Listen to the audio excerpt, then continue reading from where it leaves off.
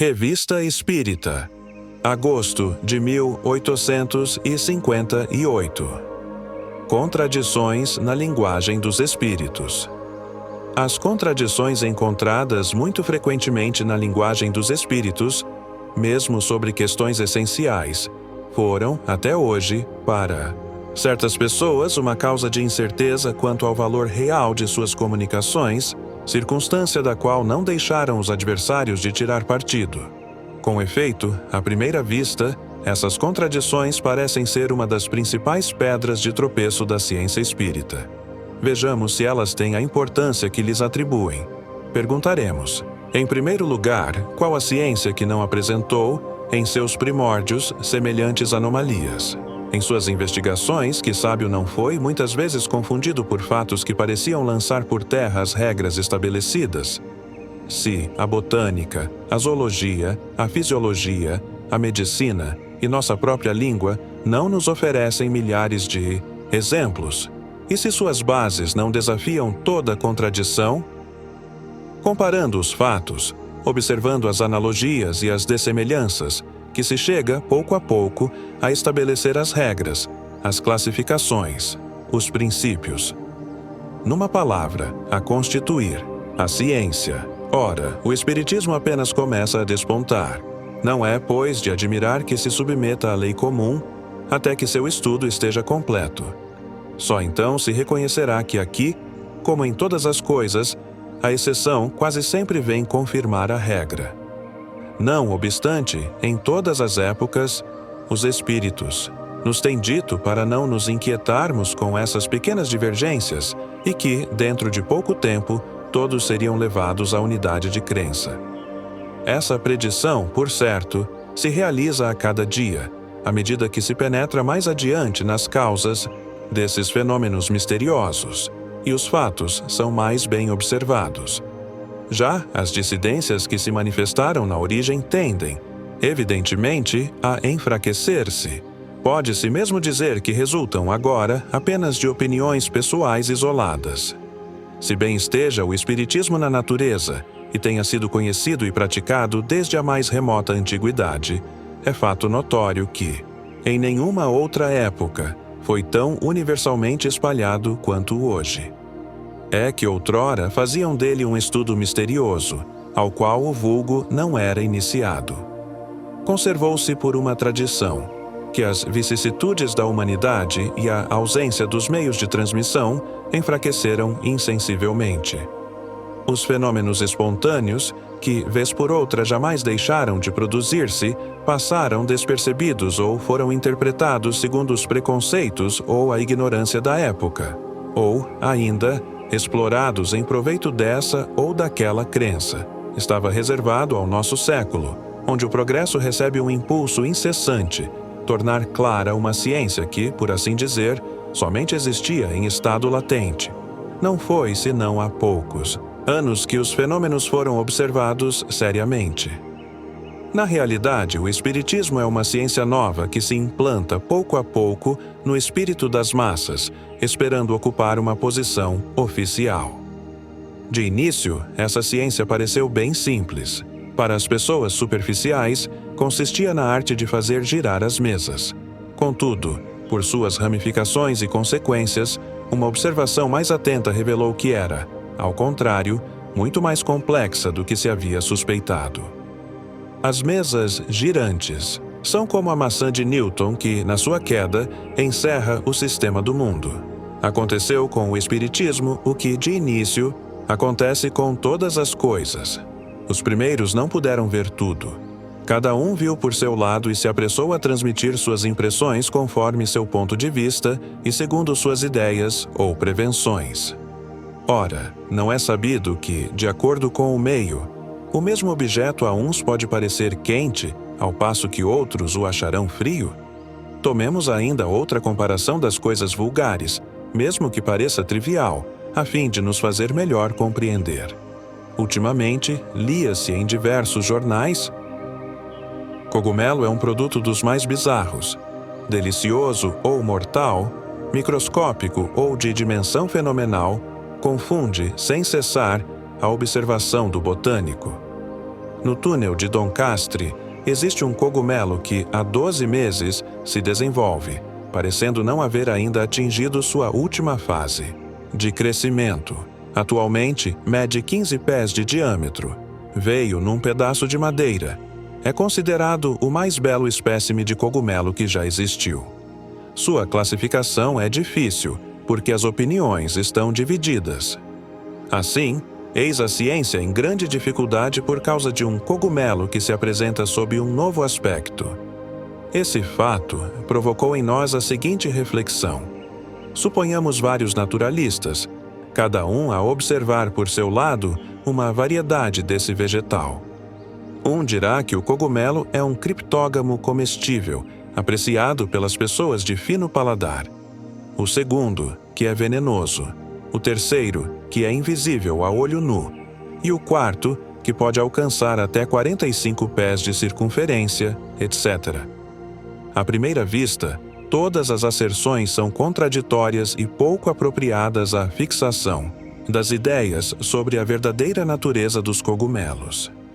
Depois virá um quinto observador que reconhecerá da identidade dos caracteres gerais e mostrará que essas propriedades tão diversas constituem, em verdade, subdivisões ou variedades de uma mesma classe. De seu ponto de vista, cada um tinha razão. Todos, porém, laboravam em erro ao concluírem do particular para o geral. E, ao tomarem a parte pelo todo, ocorre o mesmo em relação aos espíritos. Têm sido julgados conforme a natureza das relações que se teve com eles. Uns foram feitos demônios, outros, anjos. Depois, por se terem precipitado para explicar os fenômenos antes que vissem tudo, cada um o fez à sua maneira, buscando-lhes as causas, evidentemente, naquilo em que consistia o objeto de suas preocupações. O magnetista relacionava tudo à ação magnética, o físico, a ação elétrica, etc. A divergência de opinião em matéria de espiritismo origina-se, pois, dos diferentes aspectos sob os quais é considerado. De que lado está a verdade? É o que compete ao futuro demonstrar. Mas a tendência geral não poderia oferecer dúvida. Evidentemente, um princípio domina e reúne, pouco a pouco, os sistemas prematuros. Uma observação menos exclusiva os unirá todos a uma fonte comum, vendo-se logo que a divergência, definitivamente, é mais de forma do que de fundo. Compreende-se perfeitamente que os homens elaborem teorias contrárias sobre muitas coisas. Entretanto, o que pode parecer mais singular é o fato de os próprios espíritos poderem entrar em contradição. Foi, principalmente, isso que, no princípio, lançou uma espécie de confusão nas ideias. As diferentes teorias espíritas têm, pois, duas origens. Umas desabrocharam do cérebro humano, enquanto as demais foram reveladas pelos espíritos. As primeiras emanam dos homens que, confiando demasiadamente em suas próprias luzes, creem ter em mãos a chave daquilo que procuram, quando, na maioria das vezes, não encontram senão uma maneira para se promoverem. Nada há nisso de surpreendente. Entre os espíritos, porém, seria inadmissível que uns dissessem uma coisa e os demais falassem outra, o que agora é perfeitamente explicável. A princípio, fez-se uma ideia completamente falsa da natureza dos espíritos. Foram representados como seres à parte, de natureza excepcional, nada possuindo em comum com a matéria e devendo tudo saber. Segundo opinião pessoal, eram seres benfazejos ou malfazejos, uns com todas as virtudes, os outros com todos os vícios, e todos, em geral, com um saber infinito superior ao da humanidade. A notícia das recentes manifestações, o primeiro pensamento que brotou na mente da maior parte das criaturas foi o de buscarem um meio de penetrar em todas as coisas ocultas, uma nova maneira de adivinhação, menos sujeita à dúvida que os processos vulgares. Quem poderia dizer o número dos que sonharam fortuna fácil, pela revelação de tesouros ocultos ou pelas descobertas industriais e científicas, que não teriam custado a seus inventores, senão o trabalho de lhes descrever? Os procedimentos sob o ditado dos sábios do outro mundo. Só Deus sabe quantas desilusões e quantos desapontamentos, que de pretensas receitas, cada uma mais ridícula que a outra, foram dadas pelos farcistas do mundo invisível. Conhecemos alguém que havia solicitado uma receita infalível para tingir os cabelos. Foi-lhe dada uma fórmula de composição, espécie de unguento que fez da cabeleira uma espécie de massa compacta, da qual o paciente teve as maiores dificuldades do mundo para se desembaraçar. Todas essas esperanças quiméricas tiveram que se dissipar à medida que se conhecia melhor a natureza desse mundo e a real finalidade das visitas que nos fizeram, seus habitantes. Mas, então, para algumas pessoas que nada faziam, qual era o valor desses espíritos que nem sequer tinham o poder de conseguir-lhes alguns milhões? Não poderiam ser espíritos. A essa febre passageira sucedeu a indiferença e depois a incredulidade. Que de prosélitos teriam feito os espíritos se tivessem podido fazer o bem enquanto os outros dormiam? Teriam adorado o diabo, mesmo que tivesse brandido a sua bolsa de moedas. Ao lado desses sonhadores havia pessoas sérias que somente viam vulgaridade nesses fenômenos. Observaram atentamente, sondaram o recôndito desse mundo misterioso, reconhecendo facilmente nesses fatos estranhos, se não novos, pelo menos um fim providencial de ordem mais elevada. Tudo mudou de face quando se soube que esses mesmos espíritos nada mais são que as criaturas que viveram na Terra, cujo número iremos aumentar quando morrermos, que deixaram aqui o seu envoltório grosseiro, como a lagarta deixa a crisálida para transformar-se em borboleta. Não pudemos duvidar quando vimos nossos parentes, amigos e contemporâneos virem conversar conosco e dar-nos provas irrecusáveis de sua presença e identidade. Considerando as inúmeras variedades que a humanidade apresenta, do duplo ponto de vista intelectual e moral, e a multidão que diariamente emigra da Terra para o mundo invisível, repugna a razão acreditar que um estúpido samoieda, um feroz canibal, um vil criminoso, sofram com a morte uma transformação que os coloquem no mesmo nível do sábio e do homem de bem. Compreendeu-se, assim, que podia e devia haver espíritos mais ou menos avançados e, desde então, explicaram-se naturalmente todas essas comunicações tão diferentes, das quais umas se elevam até o sublime, enquanto outras se arrastam na imundície. E foram ainda melhor compreendidas quando se descobriu que o nosso pequeno grão de areia, perdido no espaço, não era o único habitado entre tantos milhões de globos semelhantes, ocupando, no universo, apenas uma posição intermediária nas proximidades da escala mais inferior, que havia, em consequência, seres mais avançados do que os mais avançados entre nós, e outros ainda mais atrasados que os nossos selvagens. Desde então, o horizonte intelectual e moral ampliou-se, como sucedeu com nosso horizonte terrestre, quando foi descoberta a quarta parte do mundo. Aos nossos olhos, o poder e a majestade de Deus cresceram do finito ao infinito. Dessa forma, ficaram explicadas as contradições da linguagem dos espíritos, porquanto se compreendeu que seres inferiores, sob todos os pontos de vista, não poderiam pensar nem se exprimir como se superiores fossem. Consequentemente, não podiam saber tudo, nem tudo compreender, devendo Deus revelar aos eleitos somente o conhecimento dos mistérios, que a ignorância jamais alcançaria. Traçada pelos próprios espíritos e pela observação dos fatos, a escala espírita dá-nos a chave de todas as aparentes anomalias da linguagem dos espíritos. É preciso chegar, pela força do hábito, a conhecê-los, a bem dizer, à primeira vista, e poder assinalar-lhes a classe de acordo com a natureza de suas manifestações. É preciso dizer, por necessidade, a um que é mentiroso, a outro que é hipócrita, a esse que é mau, aquele que é faccioso, etc., sem se deixar levar nem pela sua arrogância, nem pelas suas bravatas, nem pelas suas ameaças, nem pelos seus sofismas, nem mesmo pelas suas lisonjas. É o meio de afastar essa turba que, incessantemente, pulula à nossa volta, e que se afasta quando sabemos atrair somente os espíritos verdadeiramente bons e sérios, de maneira idêntica a que procedemos em relação aos vivos. Serão seres ínfimos votados à ignorância e ao mal para todo o sempre? Não, porque tal parcialidade não se conformaria nem com a justiça, nem com a bondade do Criador, que provê a existência e o bem-estar do menor inseto. É por uma sucessão de existências que eles se elevam, e dele se aproximam à medida que se tornam melhores.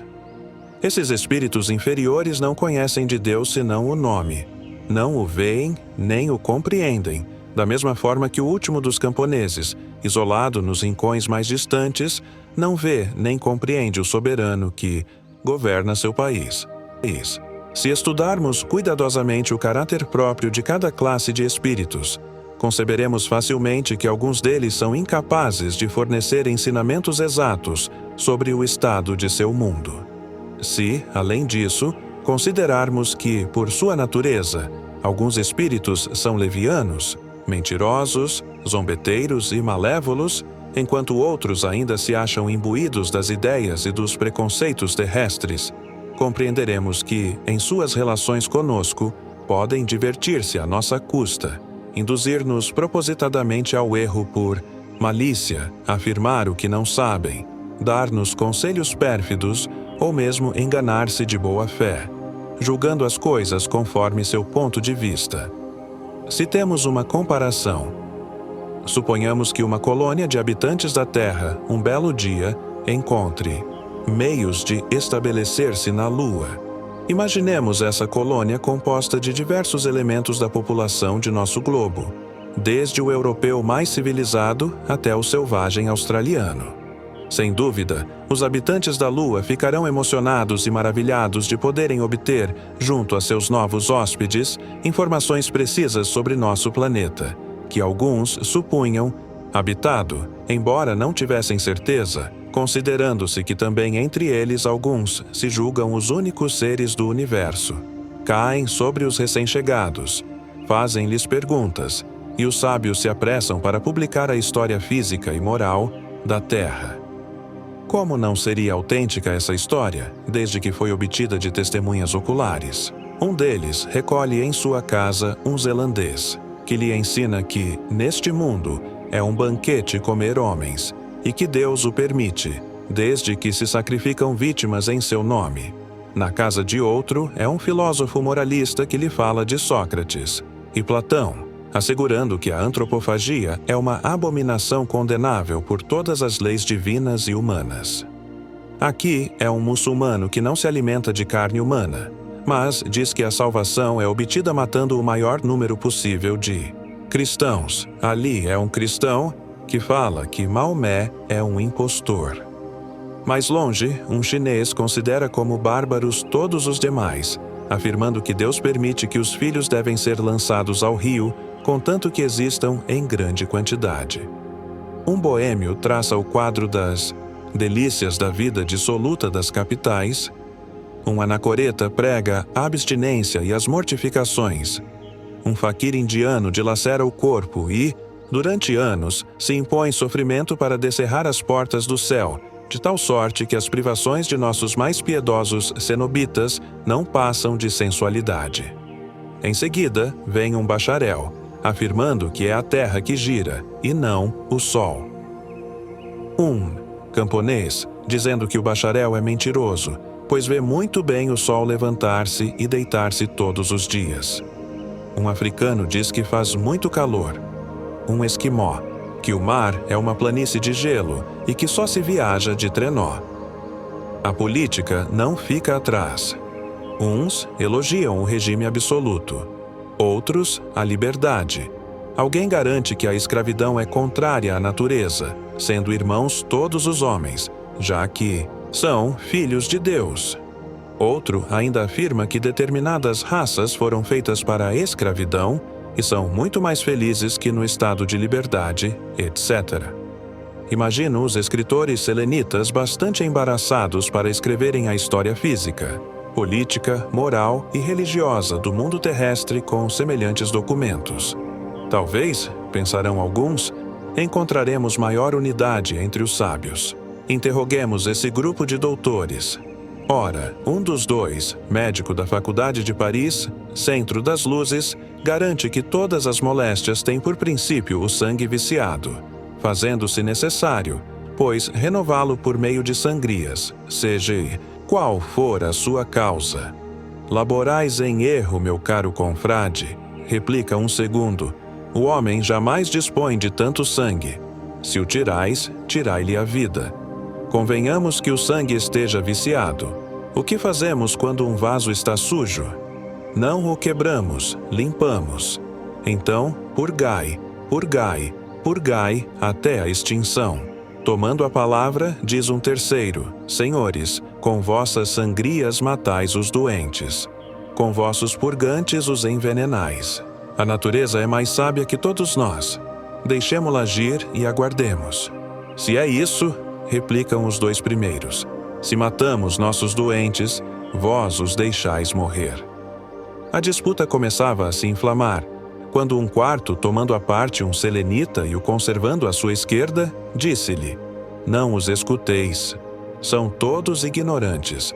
Nem mesmo sei porque fazem parte da academia. Segui bem o meu raciocínio. Todo doente é fraco. Portanto, sofre de fraqueza nos órgãos. Isso é lógica pura, ou não me conheço mais. Sendo assim, é preciso que se lhe dê fortificantes. Para isso não tenho senão um remédio, água fria. Água fria, e não passo disso. Curais todos os doentes, sempre quando a doença não é mortal. Com um processo assim tão infalível, pertenceis à academia. Já postulei 3 vezes minha candidatura.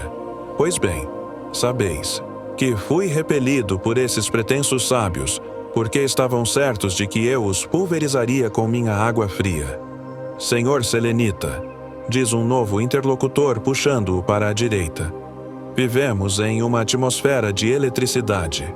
A eletricidade é o verdadeiro princípio da vida. Acrescentá-la quando não existe bastante, retirá-la quando existe em excesso. Neutralizar uns pelos outros os fluidos contrários. Eis o segredo. Faço maravilhas com meus aparelhos. Lede meus anúncios e vereis. Não chegaríamos ao fim se quiséssemos relacionar todas as teorias contrárias que foram sucessivamente preconizadas em todos os ramos do conhecimento humano, sem excetuar as ciências exatas. Entretanto, foi sobretudo nas ciências metafísicas que o campo se abriu às doutrinas mais contraditórias. Se, todavia, um homem ajuizado e de espírito, por que não os haveria na Lua? Comparar todos esses relatos incoerentes, chegará à seguinte conclusão, muito lógica, que na Terra existem regiões quentes e frias, que, em certos países, os homens se devoram entre si, que, em outros, eles matam os que não pensam do mesmo modo, tudo para a maior glória de sua divindade. Finalmente, que cada um se pronuncia de acordo com os seus conhecimentos e exalta as coisas do ponto de vista de suas paixões e de seus interesses. Em suma, em quem acreditará? De preferência. Pela linguagem, reconhecerá, sem dificuldade, o verdadeiro sábio do ignorante, o homem sério do leviano. O que tem juízo daquele que raciocina em falso, não confundirá os bons e os maus sentimentos, a elevação com a baixeza, o bem com o mal. E dirá a si mesmo: devo ouvir tudo, escutar tudo, porque mesmo na conversa do homem mais embrutecido posso aprender alguma coisa.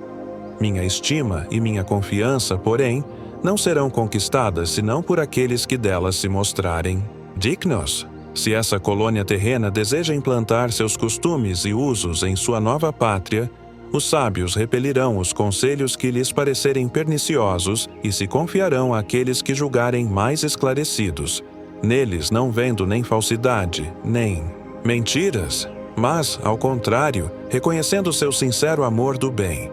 Agiríamos de modo diferente se uma colônia de selenitas viesse cair na Terra? Pois bem, o que é dado aqui como suposição torna-se realidade no que concerne aos espíritos. Se não vêm entre nós em carne e osso, nem por isso estão menos presentes de maneira oculta, transmitindo-nos os pensamentos através de seus intérpretes, isto é, dos médiuns. Quando aprendermos a conhecê-los, julgá-los-emos por sua linguagem, por seus princípios, e suas contradições nada mais terão que nos deva surpreender. Porquanto vemos saber em uns aquilo que os outros ignoram, que alguns estão colocados muito embaixo, ou são ainda muito materiais para compreender e apreciar as coisas de ordem mais elevada. Tal é o homem que, no sopé da montanha, não vê senão alguns passos em volta dele, enquanto o que está no alto descortina um horizonte sem limites. A primeira fonte das contradições.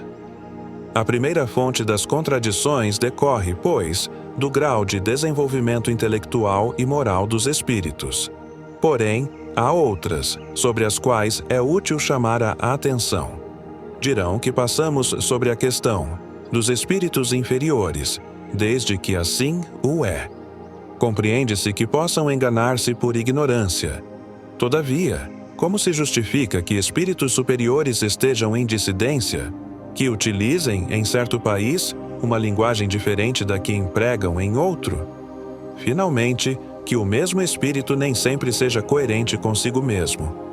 A resposta a essa questão repousa sobre o conhecimento completo da ciência espírita. E essa ciência não pode ser ensinada em poucas palavras, porque é tão vasta quanto todas as ciências filosóficas.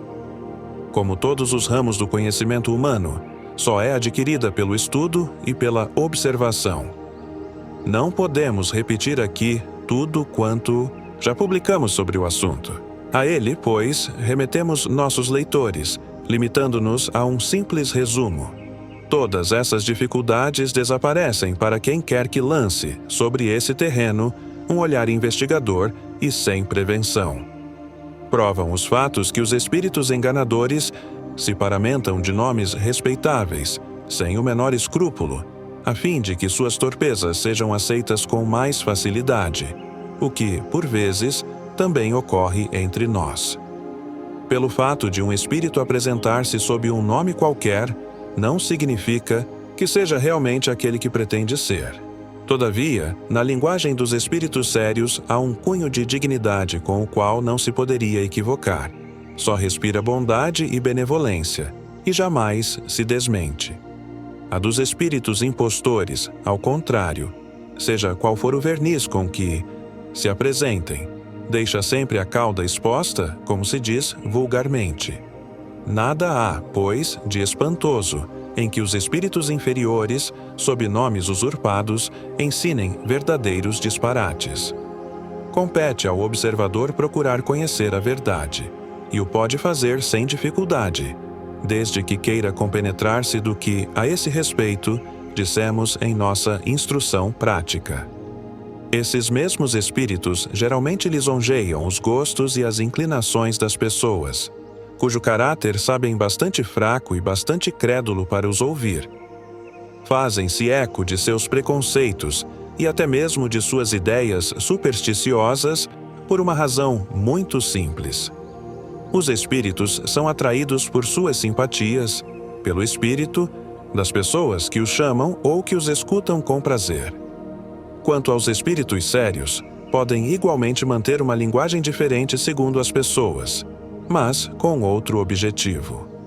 Quando julgam útil, e para melhor convencer, evitam chocar muito bruscamente as crenças enraizadas e se exprimem segundo os tempos, os lugares e as pessoas. Eis porque, dizem eles, não falamos a um chinês ou a um maometano como a um cristão ou a um homem civilizado. Jamais seríamos ouvidos. Algumas vezes, pois, parecemos entrar na maneira de ver das pessoas, a fim de conduzi-las pouco a pouco àquilo que queremos, desde que isso possa ser realizado sem alterar as verdades essenciais. Não é evidente que, se um espírito quiser levar um muçulmano fanático a praticar a sublime máxima do Evangelho: não façais aos outros o que não gostaríeis que os outros vos fizessem, seria repelido se dissesse que foi Jesus que a ensinou? Ora, o que vale mais? Deixar ao muçulmano seu fanatismo ou torná-lo bom, fazendo com que, momentaneamente, acredite que fora Alá que havia falado. Eis um problema cuja solução transferimos ao leitor.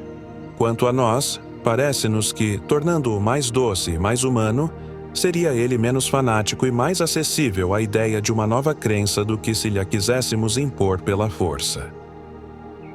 Há verdades que, para serem aceitas, não podem ser lançadas no rosto sem uma certa precaução.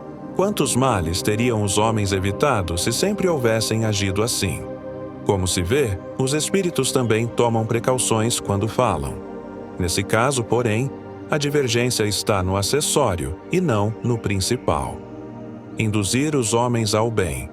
Destruir o egoísmo, o ódio, a inveja, o ciúme, ensinar-lhes a praticar a verdadeira caridade cristã.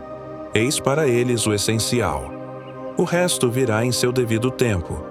E tanto pregam pela palavra quanto pelo exemplo, quando se trata de espíritos verdadeiramente bons e superiores.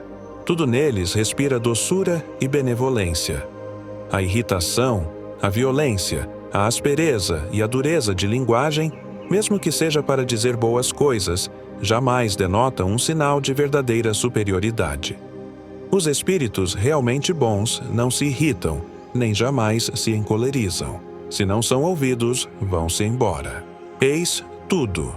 Existem ainda duas causas de aparentes contradições que não devemos deixar passar em silêncio.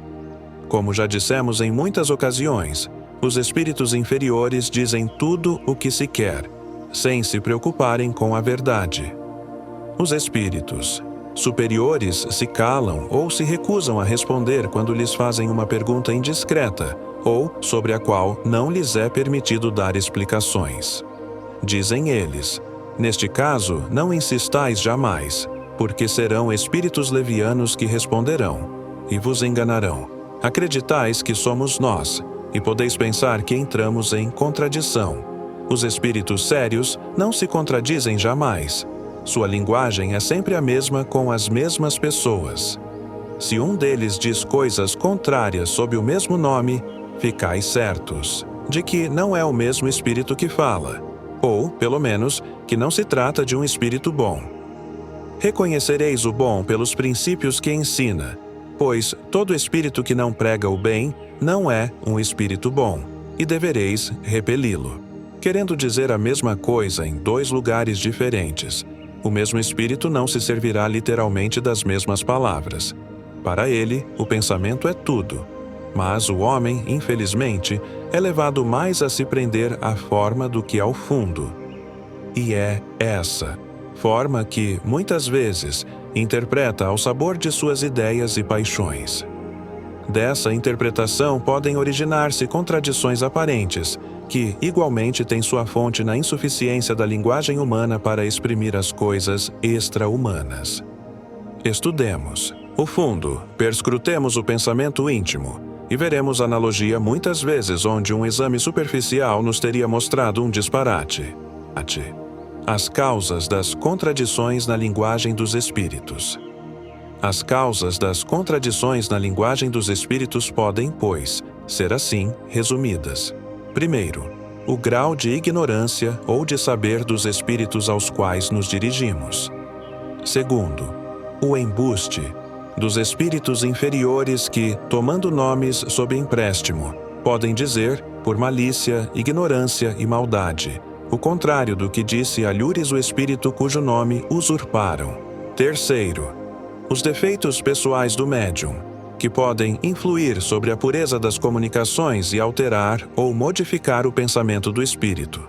Quarto, a insistência para obter uma resposta que um espírito recusa dar, e que é transmitida por um espírito inferior. Quinto, a própria vontade do espírito que fala segundo os tempos, os lugares e as pessoas, e que pode julgar conveniente não dizer tudo a toda a gente. Sexto, a insuficiência da linguagem humana para exprimir as coisas do mundo incorpóreo. Sétimo, a interpretação que cada um pode dar a uma palavra ou explicação, conforme suas ideias e preconceitos, ou o ponto de vista sob o qual encaram as coisas. As dificuldades são tantas que não se triunfa a não ser por um estudo longo e assíduo. Aliás, jamais dissemos que a ciência espírita era uma ciência fácil. O observador sério, que se aprofunda em todas as coisas com maturidade, paciência e perseverança, capta uma porção de matizes delicados que escapam ao observador superficial. Através desses detalhes íntimos que ele se inicia nos segredos dessa ciência. A experiência ensina a conhecer os espíritos, como ensina a conhecer os homens. Acabamos de considerar as contradições sob o ponto de vista geral. Em outros artigos, trataremos dos pontos especiais mais importantes. A caridade. Pelo Espírito São Vicente de Paulo. Sociedade de Estudos Espíritas, sessão de 8 de junho de 1858. Sede bons e caridosos. Essa é a chave dos céus, chave que tendes em vossas mãos. Toda a eterna felicidade se contém neste preceito. Amai-vos uns aos outros.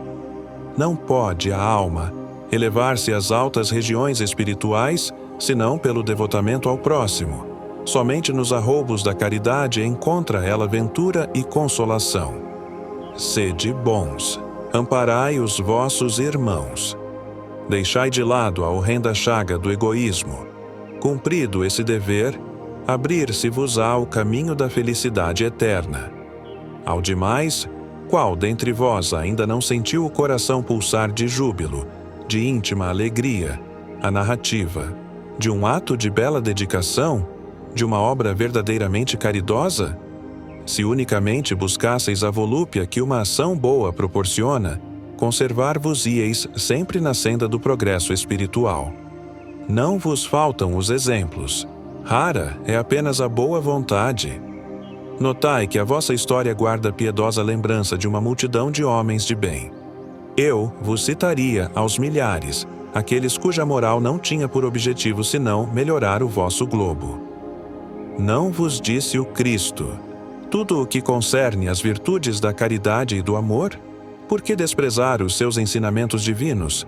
Por que fechar o ouvido às suas divinas palavras, o coração a todos os seus bondosos preceitos? Quisera eu que dispensassem mais interesse, mais fé às leituras evangélicas. Desprezam, porém, esse livro. Consideram-no repositório de palavras ocas, uma carta fechada. Deixam no esquecimento esse código admirável. Vossos males provêm todos do abandono voluntário a que votais esse resumo das leis divinas. Lede-lhe as páginas cintilantes do devotamento de Jesus e meditai-as. Eu mesmo me sinto envergonhado de ousar-vos prometer um trabalho sobre a caridade, quando penso que se encontram nesse livro todos os ensinamentos que vos devem levar às regiões celestes. Homens fortes, armai-vos. Homens fracos, fazei da vossa brandura da vossa fé as vossas armas.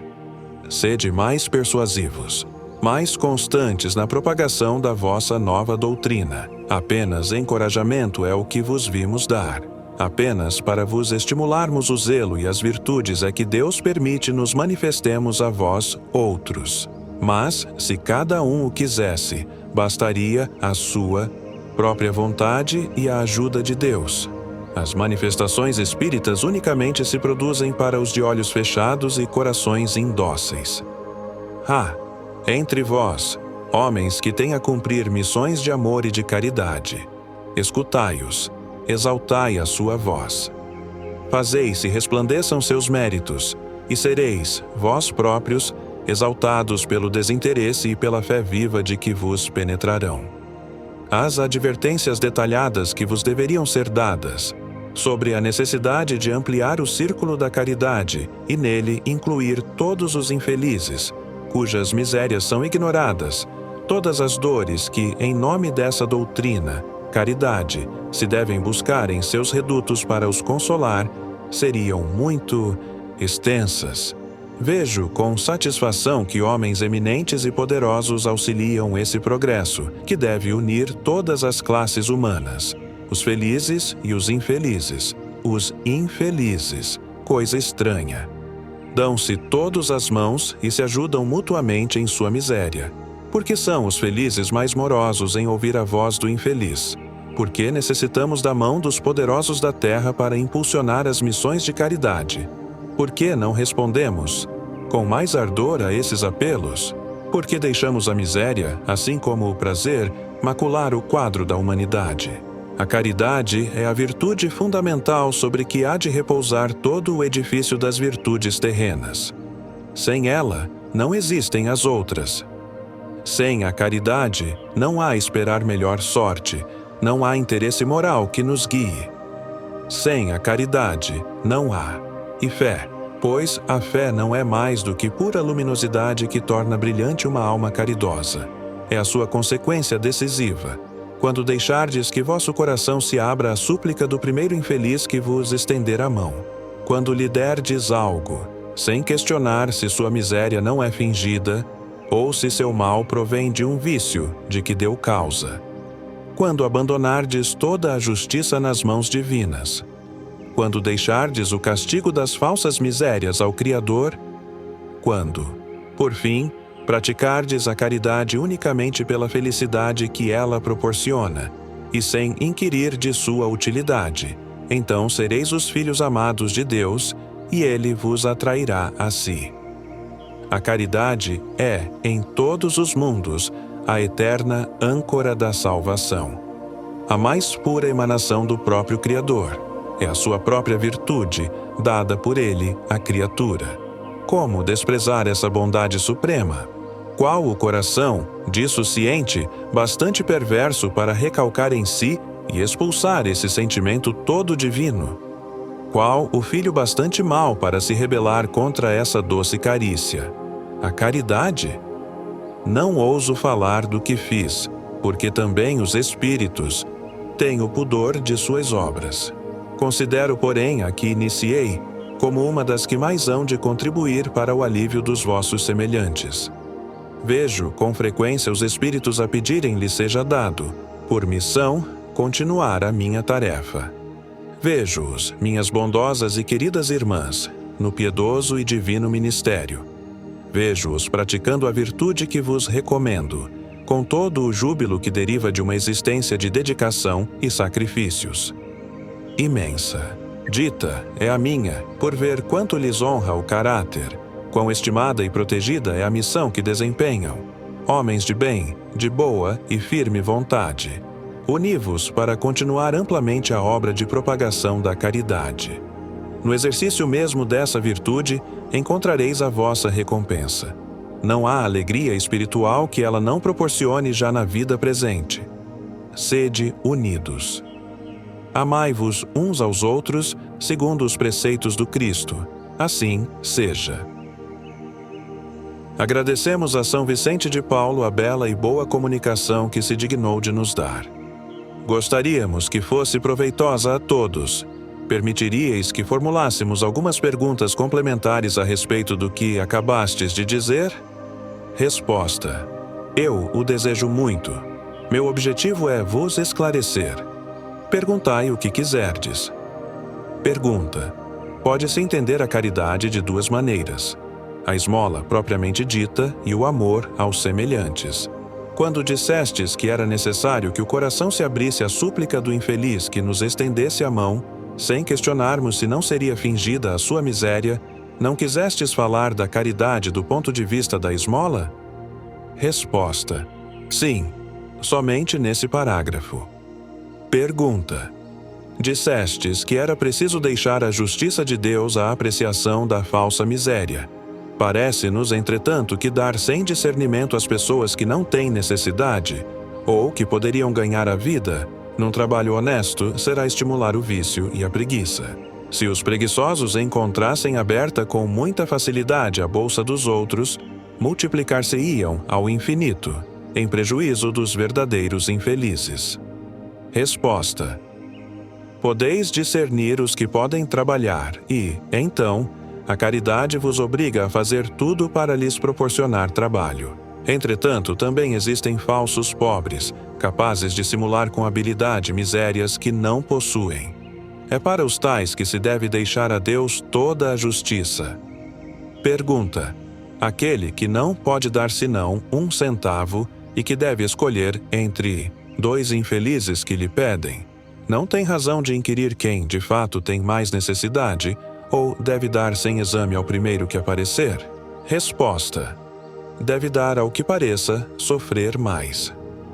Pergunta: não se deve considerar também como fazendo parte da caridade o modo por que é feita? Resposta: é sobretudo na maneira de fazer a caridade que está o seu maior mérito. A bondade é sempre o indício de uma bela alma. Pergunta: que tipo de mérito concedeis àqueles a quem chamamos de benfeitores de ocasião? Resposta: só fazem o bem pela metade, seus benefícios não lhes aproveitam. Pergunta: disse Jesus: que vossa mão direita não saiba o que faz vossa mão esquerda. Tem algum mérito aqueles que dão por ostentação? Resposta: apenas o mérito do orgulho, pelo que serão punidos. Pergunta: em sua acepção mais abrangente, a caridade cristã não compreende igualmente a doçura, a benevolência e a indulgência para com as fraquezas dos outros? Resposta: imitai Jesus. Ele vos disse tudo isso. Escutai-o mais que nunca. Pergunta: a caridade é bem compreendida quando praticada exclusivamente entre pessoas que professam a mesma opinião ou pertencem a um mesmo partido? Resposta: não.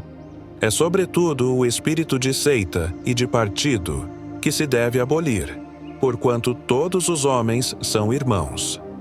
É sobre essa questão que concentramos os nossos esforços.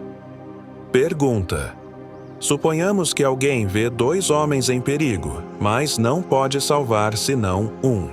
Qual dos 2 deverá salvar, considerando-se que um deles é seu amigo e o outro é seu inimigo? Resposta: deve salvar o amigo, pois este amigo poderia acusá-lo de não gostar dele. Quanto ao outro, Deus se encarregará. O Espírito Batedor de Diebelsdorf, Baixa Saxônia, do Dr. Kerner. Traduzido do alemão pelo Sr. Alfred Pireau. Pondo-se de lado o seu aspecto cômico, a história do Espírito Batedor de Diebelsdorf também encerra uma parte instrutiva, como ressalta das passagens de velhos documentos, publicados em 1811 pelo pregador Capelli. No dia 2 de dezembro de 1761, às 6 horas da tarde, uma espécie de martelamento que parecia vir do chão fez-se ouvir no quarto habitado por Antoine Kettelhut, atribuindo o episódio ao seu criado, que queria divertir-se à custa da empregada. Então, no quarto das fiandeiras, saiu para jogar um balde de água na cabeça do gozador, não encontrando, porém, ninguém do lado de fora. 1 hora depois, o mesmo barulho recomeçou e ele imaginou que fosse causado por um rato. Assim, no dia seguinte, examinou as paredes, o teto e o assoalho, não encontrando o mais leve vestígio desse animal. À noite, o mesmo barulho. Considerou-se então a casa perigosa para servir de habitação, e as próprias criadas não mais quiseram permanecer no quarto durante o serão. Logo após, o ruído cessou, para reproduzir-se 100 passos adiante, na casa do Sr. Louis Kettelhut, irmão de Antoine, e com uma força inusitada. Era num canto do quarto que se manifestava a coisa batedora. Por fim, o fenômeno se tornou suspeito aos camponeses, vindo o burgomestre a dar parte à justiça, que, de início, não quis ocupar-se de um caso que considerava ridículo. Contudo, em face das insistentes pressões dos habitantes, alguém da justiça se dirigiu a Diebelsdorf no dia 6 de janeiro de 1762, para examinar o fato com maior atenção. Demolidos as paredes e os tetos, nenhum resultado se obteve.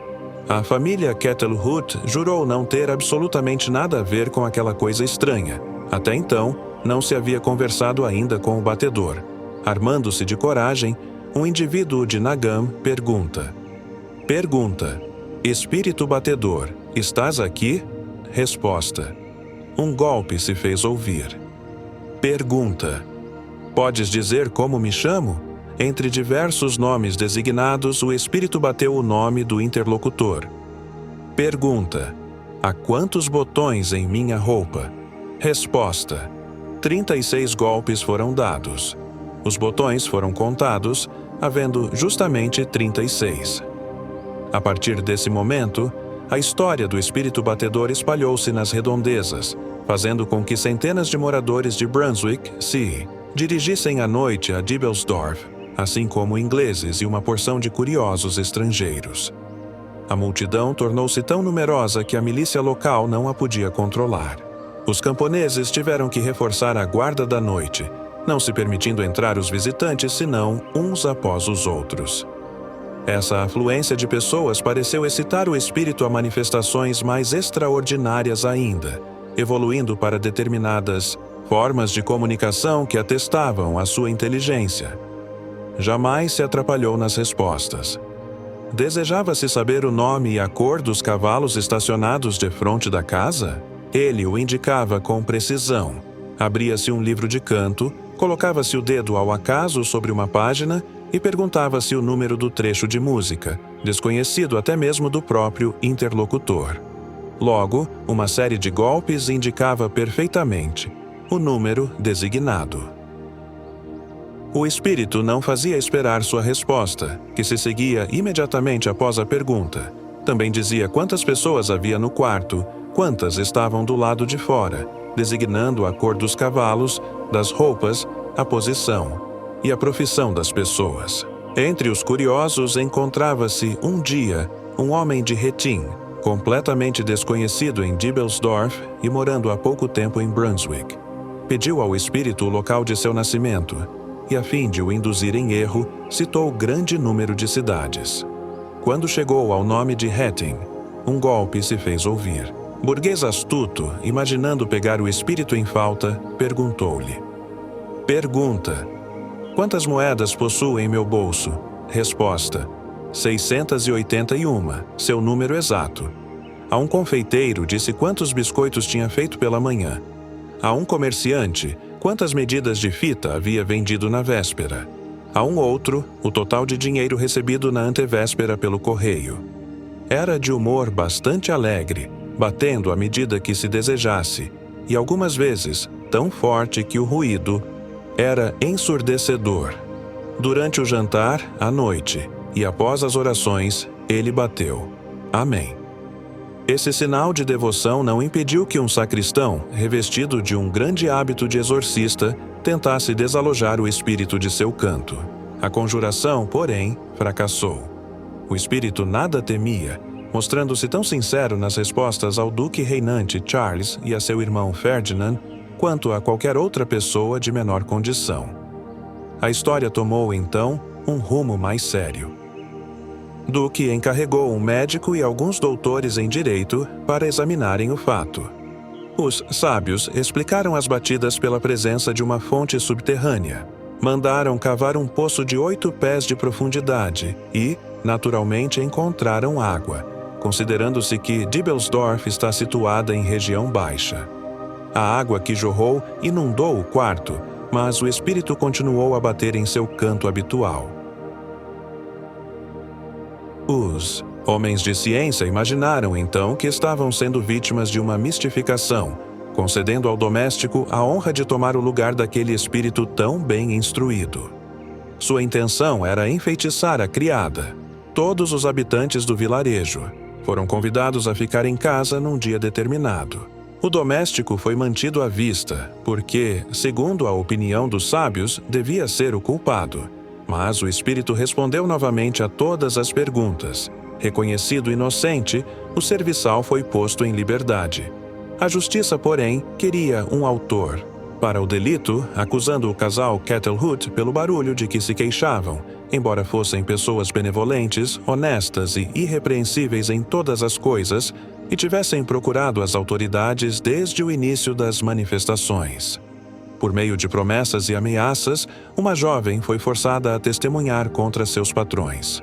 Em consequência, foram eles presos, malgrado as retratações posteriores da mocinha e a confissão formal de que suas primeiras declarações eram falsas e lhe foram arrancadas pelos juízes. O espírito continuou a bater. Mesmo assim, O casal Ketelhout foi mantido na prisão durante 3 meses, sendo libertados sem indenização.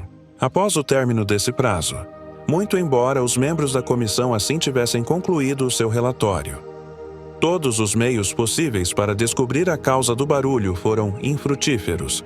Talvez o futuro nos esclareça algo a respeito. O futuro ainda nada ensinou. O espírito batedor manifestou-se desde o início de dezembro até março, época em que deixou de se fazer ouvir. Voltaram a pensar que o criado, já incriminado, devia ser o autor de todas essas peças de mau gosto. Contudo, como poderia ter-se livrado das armadilhas estendidas pelos duques, juízes e tantas outras pessoas que o interrogaram? Observação: se quisermos nos referir à data em que se passaram as coisas que acabamos de narrar e compará-las às que ocorrem em nossos dias, encontraremos uma identidade perfeita na maneira das comunicações e até mesmo na natureza das perguntas e respostas.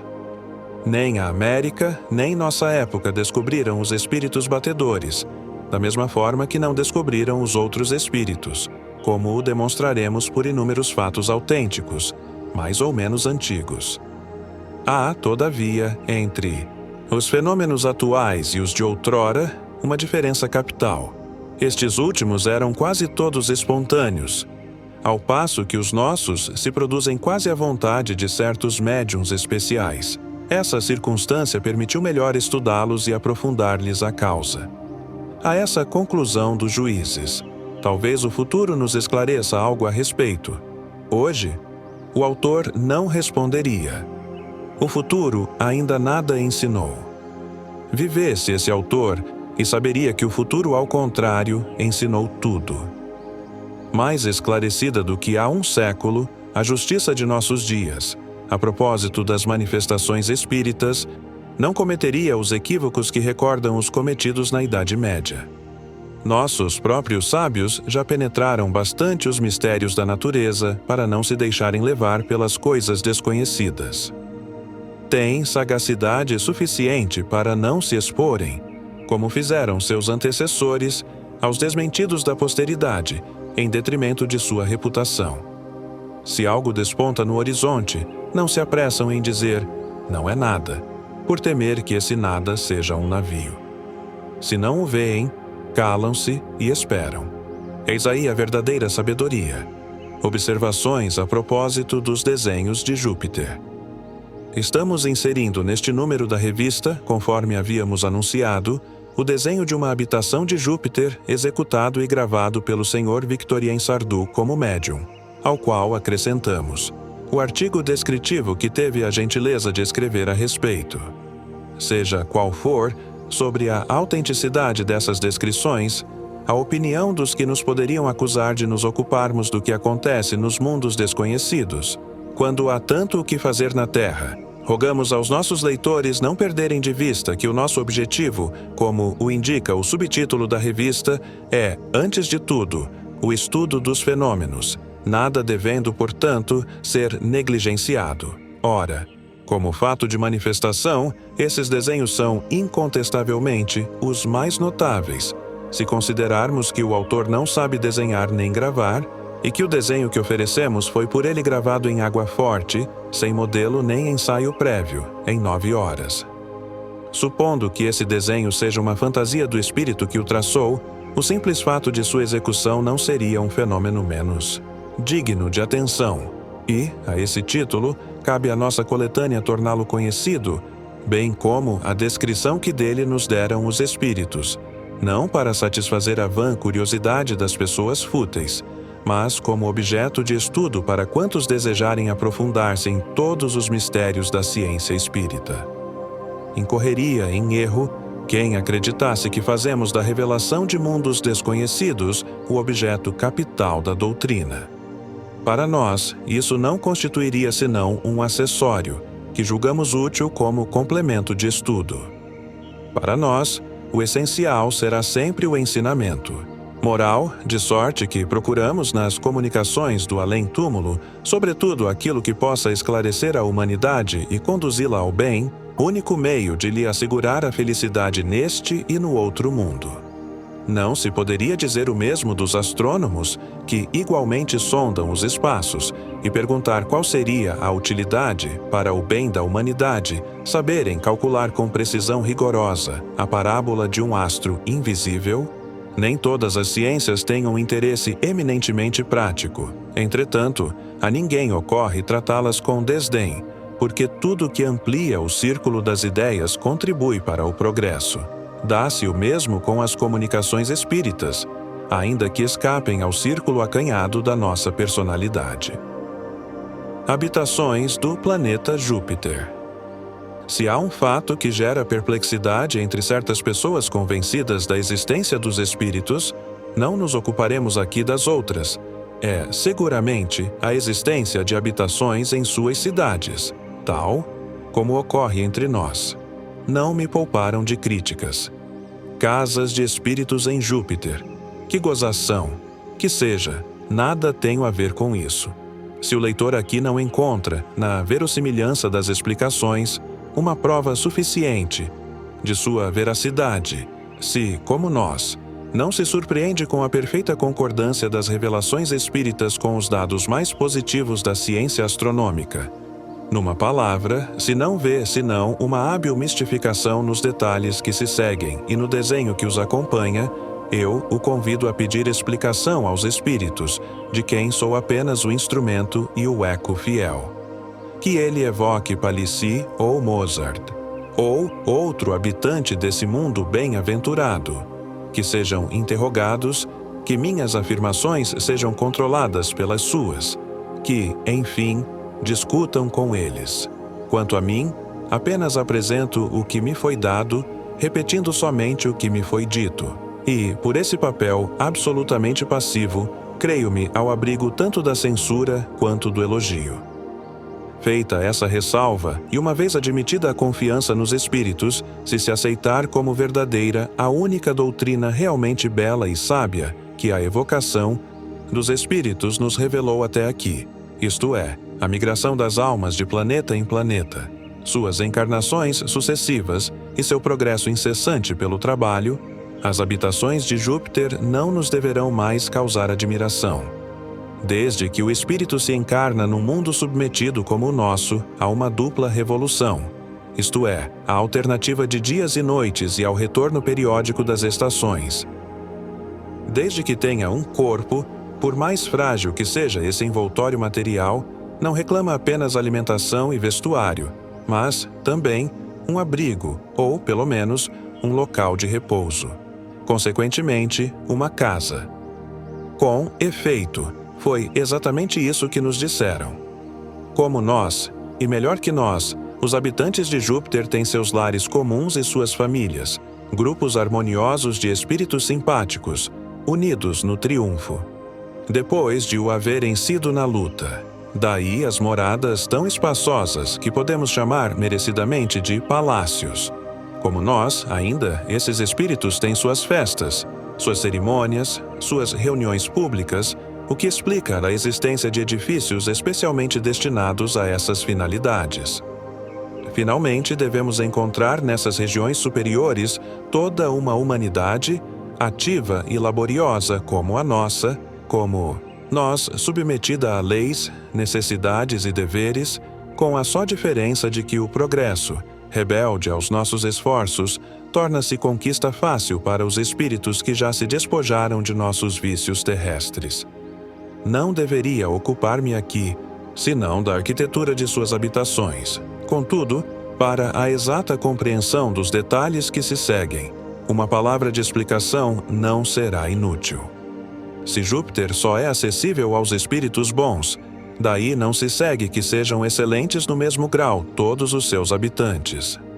Entre a bondade do simples e o homem de gênio é permitido contar vários matizes. Ora, toda a organização social desse mundo superior repousa precisamente sobre as variedades de inteligência e de aptidões, cabendo aos espíritos superiores, aos mais depurados, por efeito de leis harmoniosas, cuja explicação seria muito longa a apresentar aqui, a alta direção de seu planeta.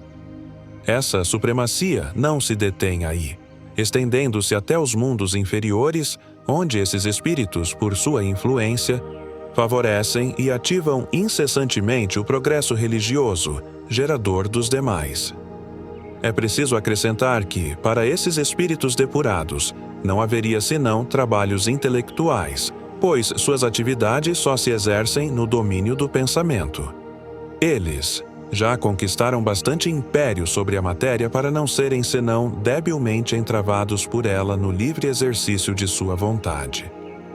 O corpo desses espíritos, como aliás o de todos os que habitam Júpiter, é de uma densidade tão leve que só encontra termo de comparação nos fluidos imponderáveis. Um pouco maior do que o nosso, do qual reproduz exatamente a forma, embora mais pura e mais bela. Ele se nos apresentaria sob a aparência de um vapor, termo que emprego a contragosto, por designar uma substância ainda muito grosseira. De um vapor, dizia eu, impalpável e luminoso. Luminoso sobretudo nos contornos do rosto e da cabeça, porquanto ali a inteligência e a vida irradiam-se, como um foco muito ardente. E é justamente esse brilho magnético, entrevisto pelos visionários cristãos, que nossos pintores traduziram pelo nimbo ou auréola dos santos. Compreende-se que um tal corpo em nada dificulte as comunicações extramundanas desses espíritos, permitindo-lhes em seu planeta um deslocamento pronto e fácil. Ele se subtrai tão facilmente à atração planetária e sua densidade difere tão pouco daquela da atmosfera que nela pode agitar-se, ir e vir, descer ou subir ao capricho do espírito e sem outro esforço senão a vontade. Assim, algumas personagens que Palissy teve a gentileza de me fazer desenhar estão representadas tocando o solo levemente ou a superfície das águas, ou ainda bastante elevadas no ar, com inteira liberdade de ação e de movimentos que atribuímos aos anjos. Quanto mais depurado o espírito, tanto mais fácil é essa locomoção, o que se concebe sem dificuldade. Nada também é mais fácil aos habitantes do planeta do que avaliar, logo à primeira vista, o valor de um espírito que passa. 2 sinais falarão por ele: a altura de seu voo e a luz mais ou menos brilhante de sua auréola. Em Júpiter, como em toda parte, os que alçam voos mais altos são os mais raros.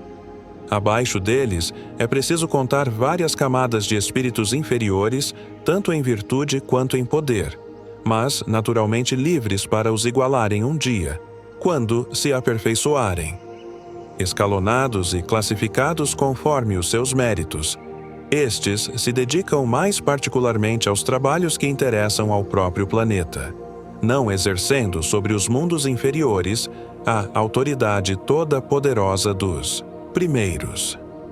É verdade que respondem a uma evocação através de revelações sábias e boas, mas, pela presteza que demonstram em nos deixar e pelo laconismo de suas palavras, é fácil compreender que têm muito o que fazer em outra parte, e que não se encontram ainda suficientemente desprendidos para se fazerem irradiar simultaneamente em 2 pontos tão distantes um do outro.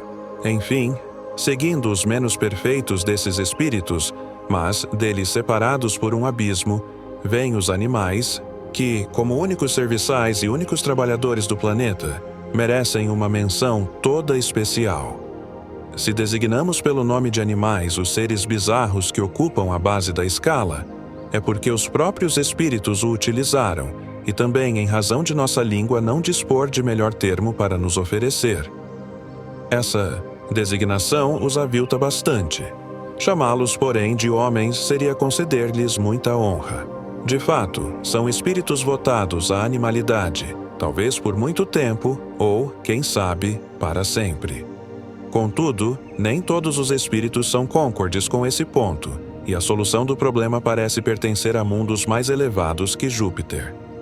Seja qual for o seu futuro, entretanto, não há equívocos sobre o seu passado. Antes de ir para lá, esses espíritos emigraram sucessivamente em nossos mundos inferiores, do corpo de um ao de outro animal, através de uma escala de aperfeiçoamento perfeitamente graduada. estudo atento de nossos animais terrestres, seus costumes, suas características individuais, sua ferocidade longe do homem e sua domesticação lenta, mas sempre possível. Tudo indica suficientemente a realidade dessa ascensão animal. Desse modo, para qualquer lado que nos voltemos, a harmonia do universo se resume sempre em uma única lei: o progresso, por toda parte e para todos. Para o animal, como para a planta como para o mineral. Progresso puramente material, a princípio, nas moléculas insensíveis do metal ou do calhau, para tornar-se cada vez mais inteligente à medida que ascendemos à escala dos seres e que a individualidade tende a desembaraçar-se da massa, a afirmar-se, a conhecer-se. Pensamento elevado e consolador, jamais imaginado antes, porquanto nos prova que nada é sacrificado, que a recompensa é sempre proporcional ao progresso realizado. O devotamento do cão, por exemplo, que morre pelo dono, não é estéril para o seu espírito, cujo salário justo haverá de receber além deste mundo. É o caso dos espíritos animais que povoam Júpiter. Eles se aperfeiçoaram ao mesmo tempo que nós, conosco e com o nosso auxílio.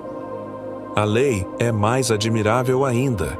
Faz tão bem de seu devotamento ao homem a primeira condição de sua ascensão planetária, que a vontade de um espírito de Júpiter pode chamar a si todo animal que, numa de suas vidas anteriores, lhe haja dado provas de afeição. Essas simpatias, que lá no alto formam famílias de espíritos, também agrupam em torno das famílias todo um cortejo de animais devotados. Em consequência, nosso apego neste mundo por um animal, o cuidado que tomamos de domesticá-lo e de humanizá-lo, tudo isso tem sua razão de ser. Tudo será pago. É um bom ajudante que preparamos antecipadamente para um mundo melhor. Será assim um operário, porquanto aos seus semelhantes está reservado todo o trabalho material, toda tarefa corporal, carga ou obras pesadas, semeadura ou colheita. E para tudo isso, a Suprema Inteligência preparou um corpo que participa ao mesmo tempo das vantagens do animal e do homem. Podemos fazer uma avaliação pelo esboço de Palissy, representando alguns desses animais muito aplicados em jogar bola. Eu não os poderia melhor comparar senão aos faunos e aos sátiros da fábula. O corpo, levemente peludo, é, entretanto, aprumado como o nosso. Entre alguns, as patas desapareceram, dando lugar a certas pernas que ainda lembram a forma primitiva. Os dois braços, robustos, singularmente implantados e terminados por verdadeiras mãos, se levarmos em conta na oposição dos polegares. Coisa bizarra. A cabeça não é tão aperfeiçoada quanto o resto. Dessa forma, a fisionomia reflete bem alguma coisa de humano, mas o crânio, o maxilar e, sobretudo, a orelha, não apresentam diferenças sensíveis em relação aos animais terrestres. É, pois, fácil distingui-los entre si. Este é um cão, aquele é um leão, convenientemente vestidos com blusas e vestes muito semelhantes às nossas. Eles só faltam falar para lembrar de bem perto certos homens daqui.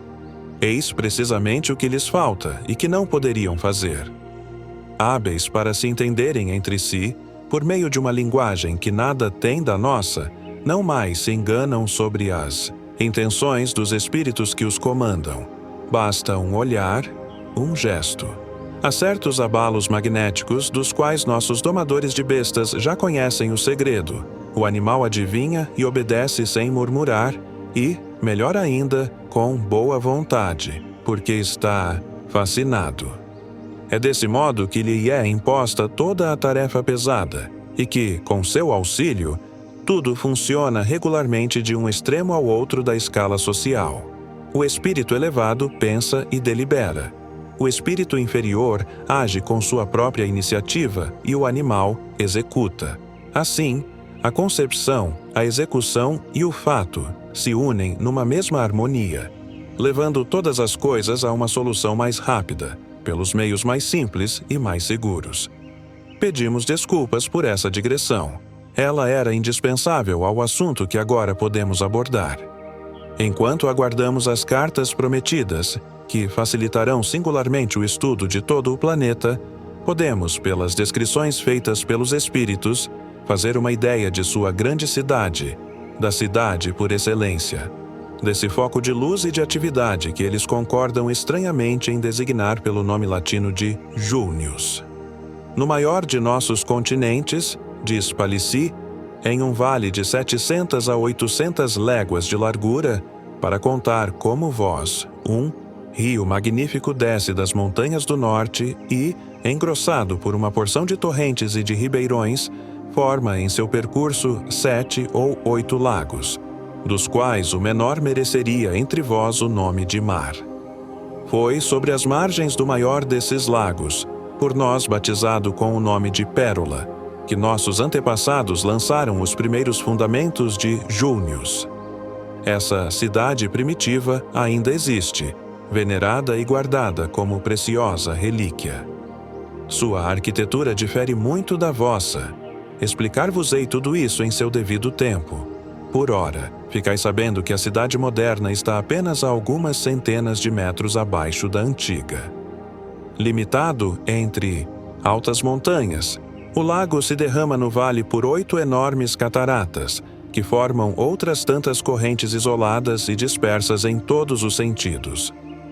Com o auxílio dessas correntes, cavamos na planície uma porção de riachos, canais e pequenos lagos, reservando a terra firme apenas para nossas casas e jardins. Disso resultou uma espécie de cidade anfíbia, como vossa Veneza, e da qual, à primeira vista, não se poderia dizer se está construída na terra ou sobre a água. Nada vos direi hoje de 4 edifícios sagrados, construídos sobre a própria vertente das cataratas, de sorte que a água jorra aos borbotões de seus pórticos. São obras que vos pareceriam incríveis em grandeza e em ousadia. É a cidade terrestre que descrevo aqui, de certo modo material, a cidade das ocupações planetárias, a que chamamos, enfim, de Cidade Baixa. Tem suas ruas, ou, melhor dizendo, seus caminhos traçados para o serviço interno. Tem suas praças públicas, seus pórticos e suas pontes lançadas sobre canais para a passagem dos serviçais. Mas a cidade inteligente, a cidade espiritual, a verdadeira Június, finalmente não se encontra na terra. É preciso que se a procure no ar. O corpo material dos animais incapazes de voar necessita de terra firme. Mas o que o nosso corpo fluídico e luminoso exige é uma habitação aérea como ele, quase impalpável e móvel, a nosso bel prazer. Nossa habilidade resolveu esse problema, auxiliada pelo tempo e pelas condições privilegiadas que o grande arquiteto nos havia concedido. Compreende bem que essa conquista dos ares era indispensável a espíritos como os nossos.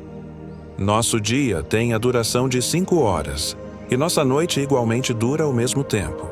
Mas tudo é relativo, e para seres aptos a pensar e a agir como o fazemos, para espíritos que se compreendem pela linguagem dos olhos e que sabem comunicar-se magneticamente à distância, nosso dia de 5 horas já igualaria uma de vossas semanas.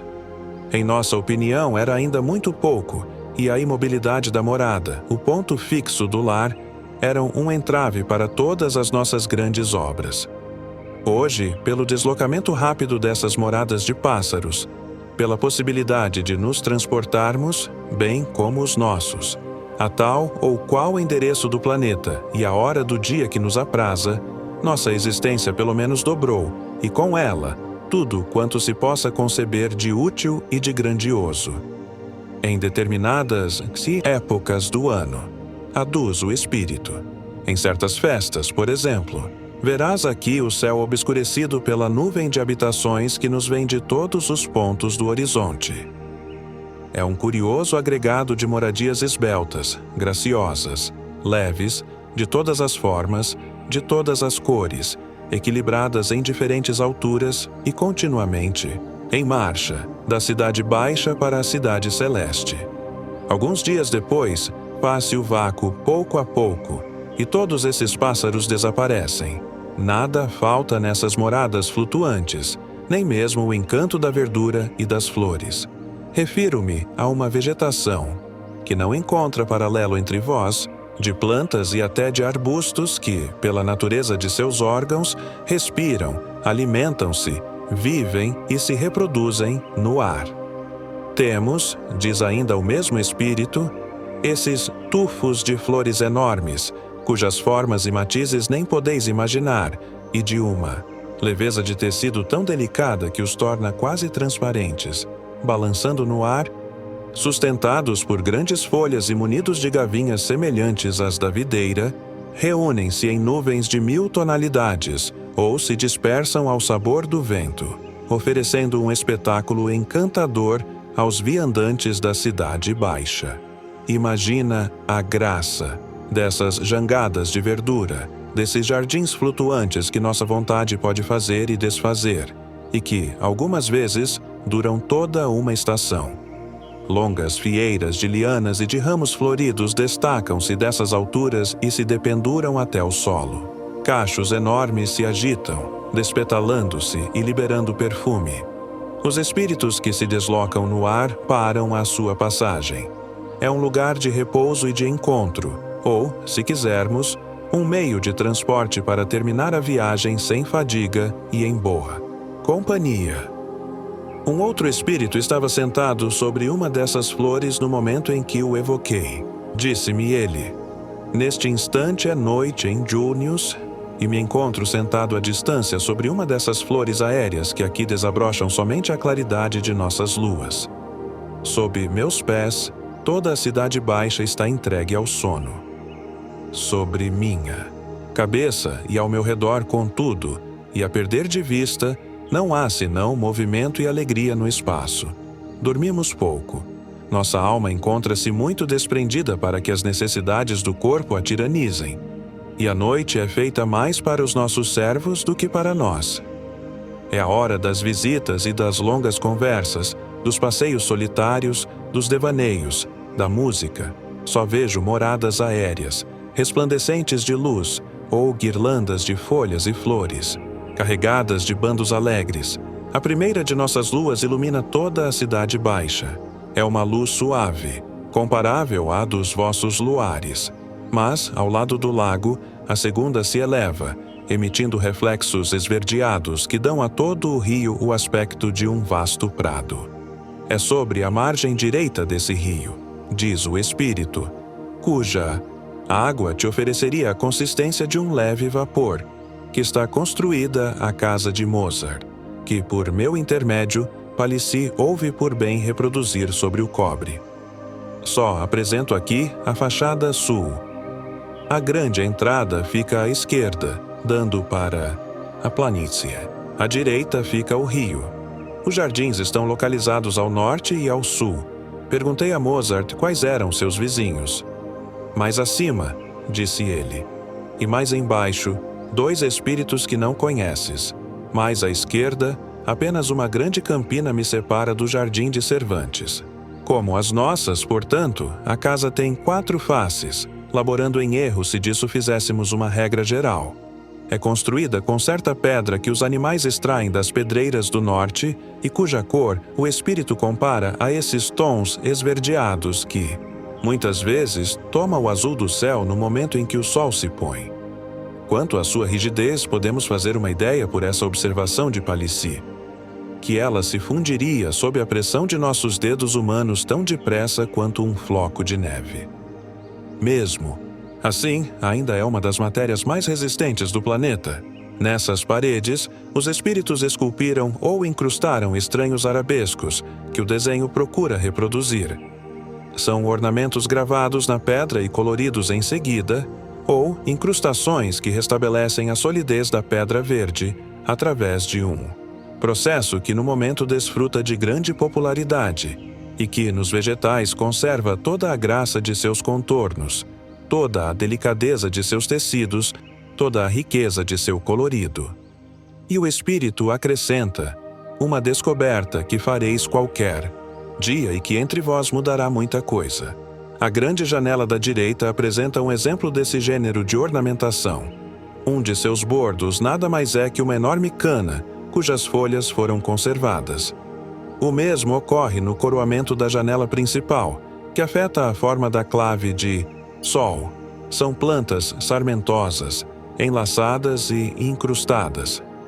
É por esse processo que eles obtêm a maior parte do coroamento dos edifícios, portões, balaústres, etc. Muitas vezes, a planta é colocada na parede com as raízes e em condições de crescer livremente. Cresce e se desenvolve. Suas flores desabrocham ao acaso, e o artista não as incrustou no lugar senão quando adquiriram todo o desenvolvimento requerido para a ornamentação do edifício. A casa de Palissy é decorada quase inteiramente dessa maneira. Destinados inicialmente apenas aos móveis, depois às molduras de portas e janelas, esse gênero de ornamentos aperfeiçoou-se pouco a pouco e acabou por invadir toda a arquitetura. Hoje, não se incrusta somente as flores e os arbustos, mas a própria árvore, da raiz até a copa. E os palácios, como os edifícios, praticamente não têm outras colunas. Uma incrustação da mesma natureza serve também para decorar as janelas. Flores ou folhas muito grandes são habilmente despojadas de sua parte carnuda, restando apenas um feixe de fibras tão finas quanto a mais fina musselina.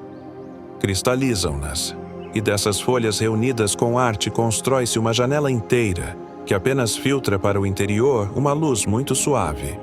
Ou, ainda, são revestidas de uma espécie de vidro liquefeito e colorido de todos os matizes, que se cristaliza no ar, transformando a folha numa espécie de vidraça. Da disposição dessas folhas nas janelas resultam encantadores buquês, transparentes e luminosos. Quanto às dimensões dessas aberturas e a 1000 outros detalhes que podem surpreender à primeira vista, vejo-me forçado a adiar a explicação. A história da arquitetura em Júpiter demandaria um volume inteiro. Renuncio também a falar sobre o mobiliário, para que me ater tão somente à disposição geral da casa. O leitor deve ter compreendido de tudo o que precede, que a casa do continente não deve ser para o espírito mais que uma espécie de pousada provisória. A Cidade Baixa quase que só é frequentada por espíritos de segunda ordem, encarregados dos interesses planetários, da agricultura, por exemplo, ou das trocas, e da boa ordem que deve ser mantida entre os serviçais. Dessa forma, todas as casas situadas no solo só dispõem do térreo e do andar superior, um destinado aos espíritos que atuam sob a direção do Senhor e acessível aos animais, o outro reservado tão somente ao espírito, que aí reside apenas ocasionalmente. É isso que explica o fato de vermos nas diversas habitações de Júpiter, nesta, por exemplo, e na de Zoroastro, uma escadaria e até mesmo uma rampa.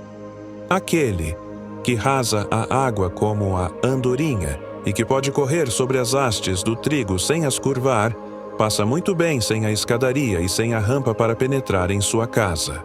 Mas os espíritos inferiores não têm o voo tão fácil. Não se elevam senão aos solavancos, e nem sempre a rampa lhes é inútil. Enfim, a escadaria é de absoluta necessidade para os animais serviçais, que apenas caminham como nós. Estes últimos têm seus pavilhões, aliás, muito elegantes, e que fazem parte de todas as grandes habitações. Mas suas funções os chamam constantemente à casa do Senhor. É necessário facilitar-lhes a entrada e o percurso interior. Daí essas construções bizarras, cuja base lembra muito nossos edifícios terrestres, mas deles diferindo por completo na parte superior. Esta se distingue, sobretudo, por uma originalidade, que seríamos absolutamente incapazes de imitar. É uma espécie de flecha aérea que se balança no alto do edifício, acima da grande janela e de seu singular coroamento. Esse frágil mastarel, fácil de ser deslocado, destina-se no pensamento do artista a não deixar o lugar que lhe está assinalado porque, sem se apoiar em coisa alguma na parte superior, complementa-lhe a decoração. Lamento que a dimensão da prancha não lhe tenha permitido encontrar um lugar aí. Quanto à morada aérea de Mozart, apenas constato a sua existência. Os limites deste artigo não permitem que me estenda sobre este assunto. Não terminarei, entretanto, sem dar explicações a propósito do gênero de ornamentos que o grande artista escolheu para sua morada. Nele, é fácil reconhecer a lembrança de nossa música terrestre. A clave de Sol é ali frequentemente reproduzida e, coisa bizarra, jamais, a clave de Fá. Na decoração do térreo, encontramos um arco, uma espécie de tiorba ou bandolim, uma lira e uma pauta completa de música. Mais alto é uma grande janela que lembra vagamente a forma de um órgão. As outras têm a aparência de grandes notas, enquanto notas menores são abundantes por toda a fachada. Seria erro concluir que a música de Júpiter seja comparável à nossa e que se represente pelos mesmos sinais. Mozart explicou-se sobre isso de maneira a não deixar qualquer dúvida. Mas, na decoração de suas casas, os espíritos lembram, com prazer, a missão terrestre que lhes fez merecer a encarnação em Júpiter e que melhor resume o caráter de sua inteligência. Assim, na residência de Zoroastro, os astros e a chama constituem os únicos detalhes da decoração. A mais, parece que esse simbolismo tem suas regras e seus segredos. Nem todos esses ornamentos estão dispostos ao acaso. Tem sua ordem lógica e sua significação precisa, mas é uma arte que os espíritos de Júpiter renunciam a nos fazer entender, pelo menos até hoje, e sobre a qual não se explicam de bom grado. Nossos velhos arquitetos também empregaram o simbolismo na decoração de suas catedrais. A Torre de Saint-Jacques não passa de um poema hermético, a acreditarmos na tradição. Nada há, pois, para nos admirarmos da originalidade da decoração arquitetônica em Júpiter. Se contradiz. Nossas ideias sobre a arte humana é que, com efeito, existe um completo abismo entre uma arquitetura que vive e fala, e o primitivismo da nossa, que nada exprime. Nisso, como em qualquer outra coisa, a prudência nos proíbe esse erro do relativo, que quer tudo reduzir às proporções e aos hábitos do homem terreno. Se os habitantes de Júpiter morassem como nós, comessem, vivessem, dormissem e andassem como nós, não haveria grande vantagem em ascender até lá. É justamente porque seu planeta difere bastante do nosso que desejamos conhecê-lo e com ele sonhar como nossa futura morada. De minha parte, não terei perdido tempo e serei muito feliz por me haverem os espíritos escolhido como intérprete. Se seus desenhos e inscrições inspirarem a um só crente o desejo de subir mais rápido para Június e a coragem de tudo, fazer para o conseguir. Victorien Sardou. O autor dessa interessante descrição é um desses adeptos fervorosos e esclarecidos, que não temem confessar altivamente suas crenças e se colocam acima da crítica das pessoas que não acreditam em nada que escape do seu círculo de ideias. Ligar o nome a uma doutrina nova, afrontando os sarcasmos, é uma coragem que não é dada a todo mundo. Por isso, felicitamos o Sr. V. Sardou. Seu trabalho revela o distinto escritor que, embora ainda jovem, já conquistou um honroso lugar na literatura, aliando ao talento de escrever os conhecimentos profundos de um sábio. Prova evidente de que o Espiritismo não recruta seus prosélitos entre os tolos e os ignorantes. Fazemos votos porque o Sr. Sardou complete o mais breve possível o seu trabalho, em tão boa hora iniciado. Se os astrônomos nos desvelam, por suas sábias pesquisas, o mecanismo do universo, por suas revelações os espíritos nos dão a conhecer o seu estado moral, e isso, como dizem, objetivando estimular-nos ao bem, a fim de merecermos uma existência melhor. Allan Kardec.